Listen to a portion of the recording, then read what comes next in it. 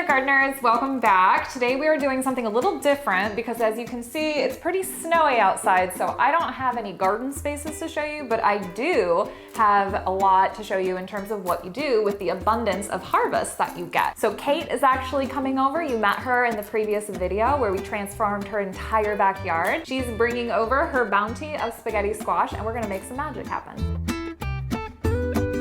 Just got to Kieran's house. I don't know what we're making, but she just told me to bring a ton of squash, so here the we go. Let's cheers to the spaghetti squash. All of this love, this magic. All right, Kate, so I have walked you through an entire season of gardening that the viewers actually know. You're familiar with Kate's garden. So I'm so excited to kind of carry this on into the winter months to show you what to do with all of your produce. All right, so what do I do? Okay, we're gonna make two things. The first one I lovingly named Karen and Kate's Baked Spaghetti Squash Yachts. I love this. That's the name. Okay. I love this for us too. Okay. So that's gonna be first. I've never had a recipe named after me. Thank you, Karen. Yes, you're welcome. And we're gonna make dairy-free, gluten-free spaghetti squash Alfredo. Oh my God, I'm so excited. Have you ever cut open one of these squashes? No, I do not trust myself to do that. The one time I cooked the spaghetti squash that I got at the grocery store, I had to be like, Danny, please help me. Like, I did not trust myself to do it. So if you could teach me a safe and effective way to do this, yeah, that would be great. And I want to test this out. We're testing this out all at the same time. Yeah. That if you microwave it for 30 seconds, it will soften the skin just enough. So then it makes cracking it open a little easier. So I'm gonna pop this in the microwave for 30 seconds. Do you want to do the honors? No, I'm like a visual learner, so I feel like I want to like watch you. So this is how I do it. I step back, you just envision where you God! Sorry. You envision where you want the knife to hit. Okay. And then you use all of your might. Okay. You don't hold back. Here we go. Ready? 1, 2. So see, I got the knife in very carefully. Yacht might not be evenly split on the ocean front.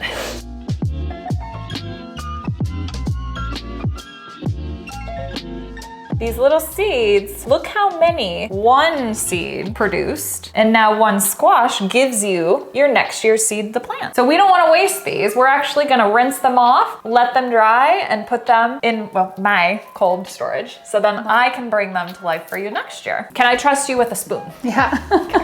This I can do. This we can do.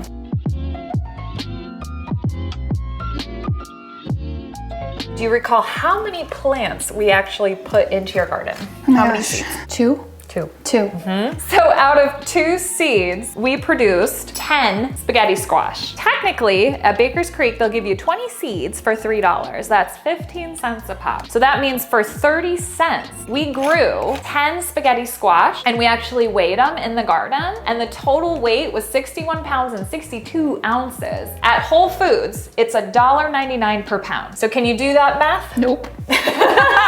But I bet you did it for me. At 61.62 pounds that you grew in your garden from 2 seeds, you actually grew $122 and some change. It's amazing. In spaghetti squash. It's actually pretty amazing. So gardening does pay.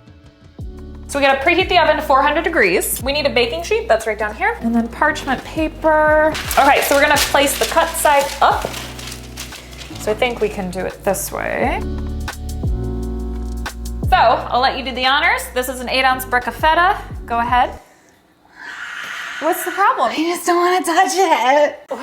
I don't know, just texture. Okay. You can do it. All right. Okay. Break it in half. I've never touched feta, Karen. Look at all these new things I'm introducing into your world. All right, now we're going to add the cherry tomatoes on top. So difficult, just kidding. If this were in garden season, we would be using garden fresh tomatoes, obviously. Being that it is late January, the garden season is done. So these are organic store-bought tomatoes, but there is something, while you're finishing that, I do want to show you about why you may think you don't like tomatoes. So when you go to the store and you buy tomatoes, you've probably thought your whole life you don't like them.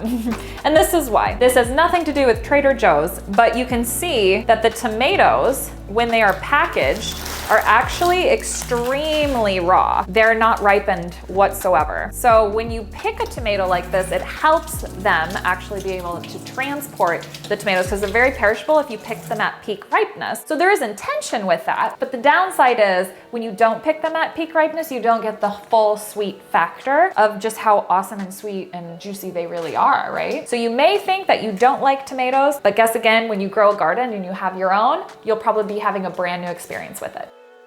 I was like, please don't make me touch any more food. I'm done. You're just so used to being in the earth and touching everything. And I'm like, true. Ew, bugs, ew, juice, ew, cheese. Like, you know what I mean? I don't want to touch anything. It's, you know, and this is why I love you, because you really let me filter through a brand new baby's eyes with the garden. These are things that are so innate to me. I know, but now you know perspective from like outsiders. That's very true. All right, well, do you want me to do this honor then? Yes. So garlic, this is a couple cloves of garlic. I am obsessed with olive oil from Olive & Benny's, that local place in Glen Ellen. I do not use any other olive oil. How do you think about a little smoky flavor? Love it. Let's do it.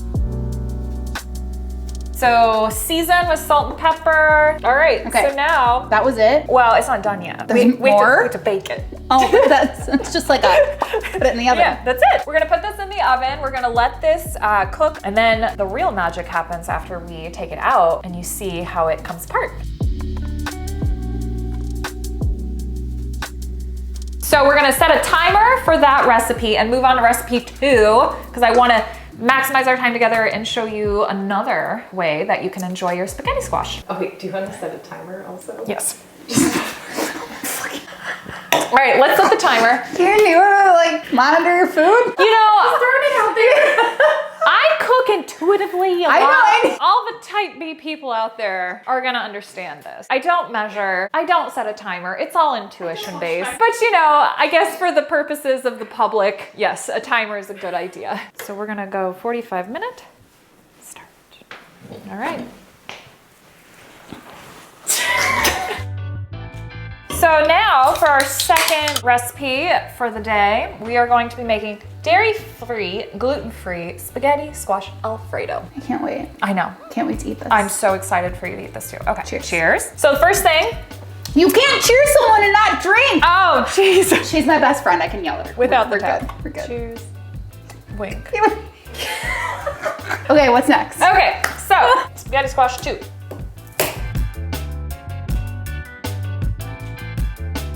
Now we're gonna drizzle with olive oil again. This one is getting the garlic treatment. Salt and pepper. Oh my God. I mean, besties who cook together. What's the second part of that catchphrase? Oh shit, too much pepper? No, it's a lot of salt. Okay. So we've put some olive oil on there. We've zhuzhed it up with some salt, some pepper. Now we're gonna flip it, put it face down onto the foil. Before we put this in the oven, we need to stab it with a fork. Great, I can do that. This will actually help it bake a little quicker and more evenly. Okay, I think that's good. All right, in we go. Ooh, can I get that? Uh-oh. No. She's too big. Wait, hold on. Intuitive cooking, Karen. We're learning as we go, kids.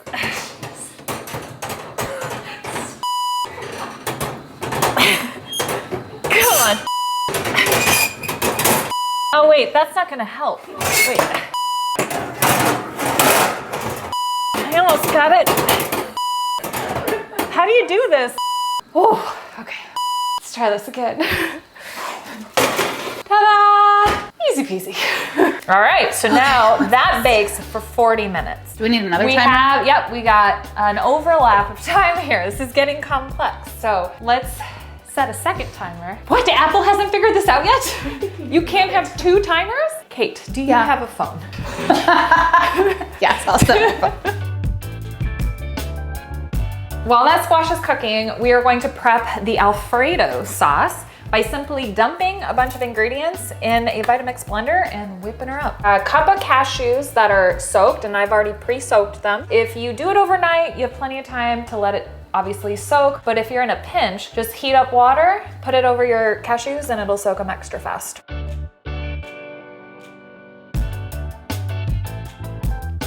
So we're gonna need a teaspoon. Well, now we gotta add the hands as long as you're. The rest of the ingredients are super simple. Garlic clove chopped. Put that in there. You want to measure out 3/4 of a teaspoon of salt. It smells like nothing. I don't know why I thought it would smell like something. Does it smell like the Himalayas? Maybe that's what I was expecting. To just be like transported. I don't know why I smelled it. Sorry. We're gonna need a tablespoon and a half of nutritional yeast. Then we need a tablespoon of coconut oil, 3/4 cup water. It needs a little liquid in there. And then just a little bit garlic olive oil.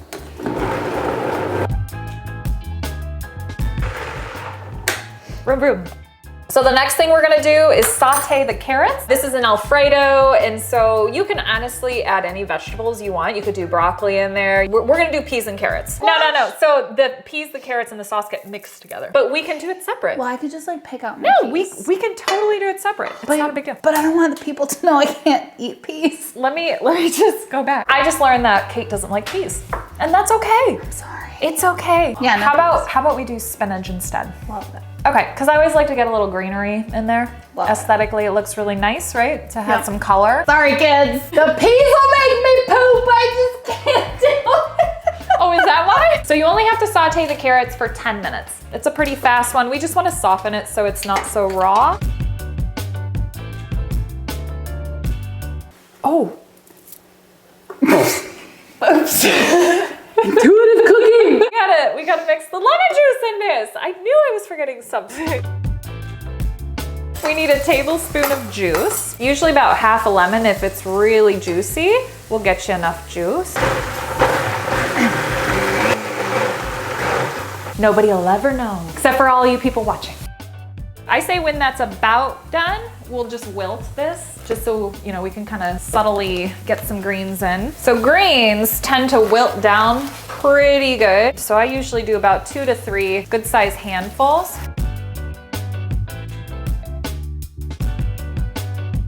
Take the sauce, pour it on.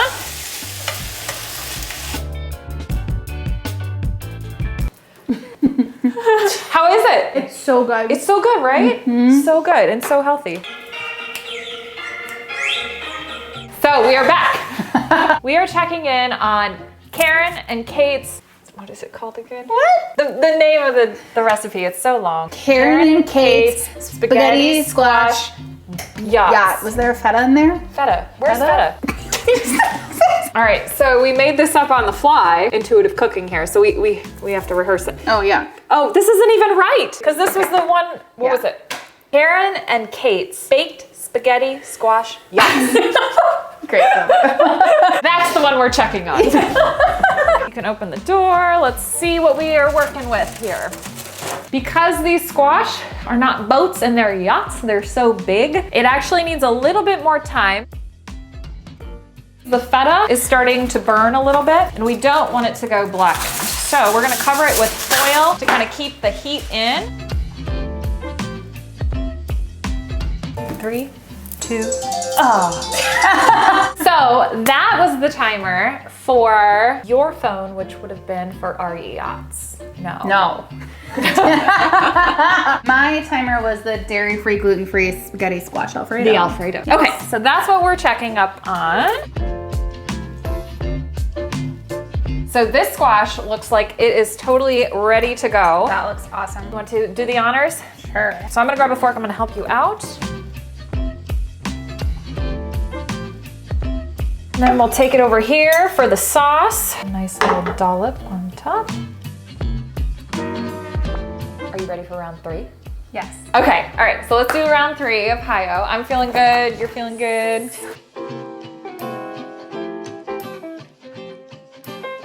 Cheers. It gets intimate. This is reason 5,692 why you should garden. Because in the winter, when you don't have access to fresh herbs, you have to buy herbs in plastic. And I mean, we are all conscious of the earth, right? And her needs, which doesn't include plastic piling up. So if you're going to the store and you're buying chives, basil, or parsley, what are you doing with all the plastic? Hopefully recycling, but still, when you garden, there is no plastic involved. It's a zero plastic environment.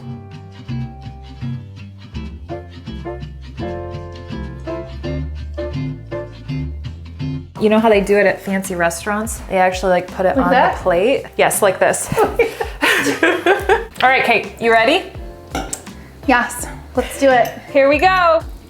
It's so good. I'm obsessed. This is amazing. It tastes creamy like dairy. Like it really does taste Alfredo-y. Yeah, it's pretty wild how this little Yeah. concoction would satisfy that craving for like a cheese sauce. I mean, it's very comforting. It's very heavy feeling, but light on the inside, right? It's like comfort food. It's perfect for this weather. It does taste like comfort food.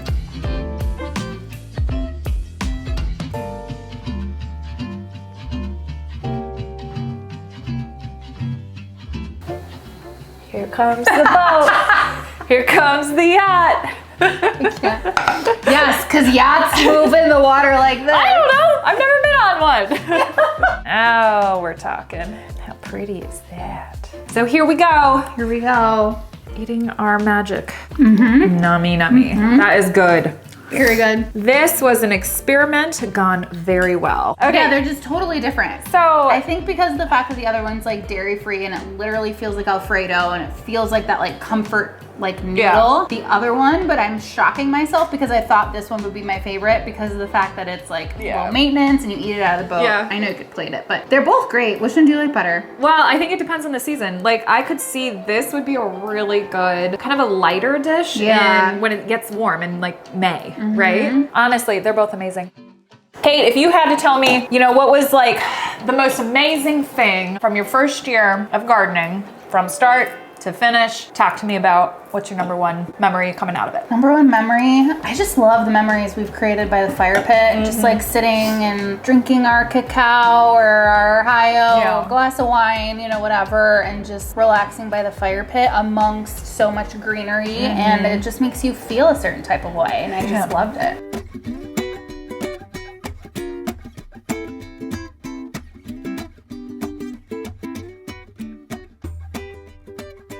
All right, so thank you so much for watching our little shenanigans in my kitchen as we experience with what to do with 62 pounds of spaghetti squash. I think we covered about 12 pounds of them. Check out the recipes below for our dairy-free, gluten-free spaghetti squash Alfredo and our Karen and Kate's baked spaghetti squash yachts. Yeah? Alive! Nailed it. Nailed it.